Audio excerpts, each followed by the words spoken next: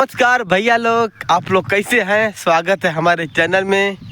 और हम सिंगर सुनील गोरखपुरिया आप लोगों के बीच में एक बहुत अच्छा सा श्री राम जी का सॉन्ग लेके आ रहे हैं। अगर गाने में कोई भी दिक्कत होगा तो अपना छोटा भाई समझ के माफ़ कर दीजिएगा।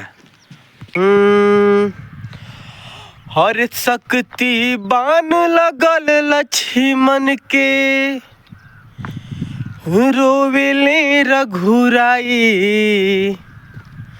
हो अखिया खोला बबुआ। बोलब के छोटका भाई अखिया खोला बबुआ।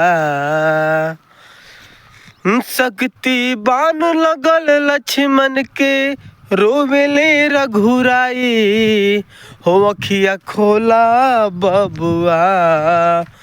बोलब के छोटका भाई अखिया खोला बबुआ। का जाके हम कहब अवध में, पूछिए तीनों माई हो अखिया खोला बबुआ। बोलब के छोटका भाई अखिया खोला बबुआ। और राजभवन के त्याग तू हमारा साथ बन में अइला। धर्म कर्म दुनहु से बड़ भाई के सेवा कैला।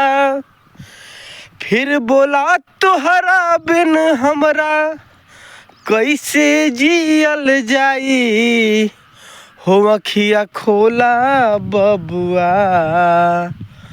बोलब के छोटका भाई अखिया खोला बबुआ। एक लाइक दीजिएगा भैया।